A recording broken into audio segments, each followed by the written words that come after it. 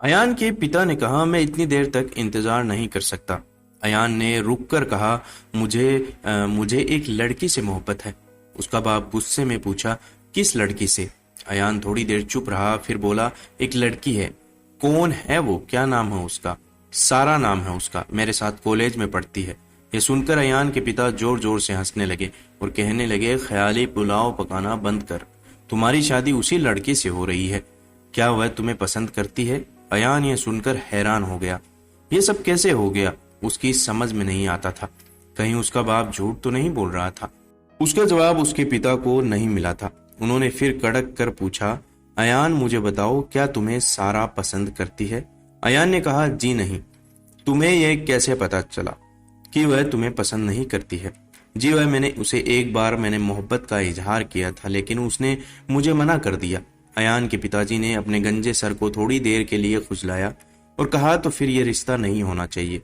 मैं तुम्हारी माँ से कहता हूँ कि वह लड़की वालों से कह दे कि लड़का राजी नहीं है। अयान एकदम जज्बाती हो गया और, अबूजान ऐसा नहीं कीजिएगा, शादी हो जाए तो सब ठीक हो जाएगा। मैं उससे मोहब्बत करता हूँ और किसी की मोहब्बत ठुकराई नहीं जाती। लेकिन आप लोगों को, मेरा मतलब है सारा को, यह पता न लगने दीजिएगा कि उसका ब्याह मुझसे हो रहा है। उसके बाप ने अपने गंजे सर पर फिर हाथ फेरा और कहा, मैं इसके बारे में सोचूंगा। यह कहकर वह चले गए, क्योंकि उन्हें एक ठेकेदार से रिश्वत लेनी थी। आखिरकार कुछ ही दिनों में उसकी शादी सारा से हो जाती है। रात के 11 बजे दुल्हन को दूल्हे के कमरे में छोड़ दिया जाता है। शहजादा अयान को भी परमिशन मिल गई थी कि वह उस कमरे में जा सकता है। लड़कियों की छेड़छाड़ और रस्में सारी खत्म हो गई थी। वह कमरे के अंदर गया। फूलों से सजी हुई पलंग पर दुल्हन घूंघट काढ़े बैठी थी।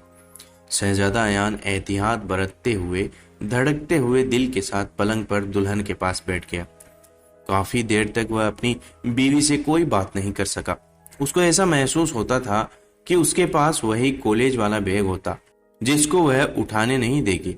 आखिरकार उसने बड़ी हिम्मत करके उससे कहा, सारा। यह नाम लेते ही उसकी जुबान फिसल गई, लेकिन उसने फिर हिम्मत करके अपनी दुल्हन के चेहरे से घूंघट उठाया और हैरान रह गया। यह सारा नहीं थी, कोई और ही लड़की थी। उसने सारा के लिए जो सपने अपने दिल में सजाए थे वो सारे मुरझा गए।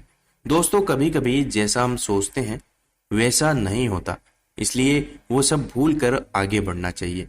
आपको ये कहानी का सेकंड पार्ट कैसा लगा कमेंट करके जरूर बताइएगा।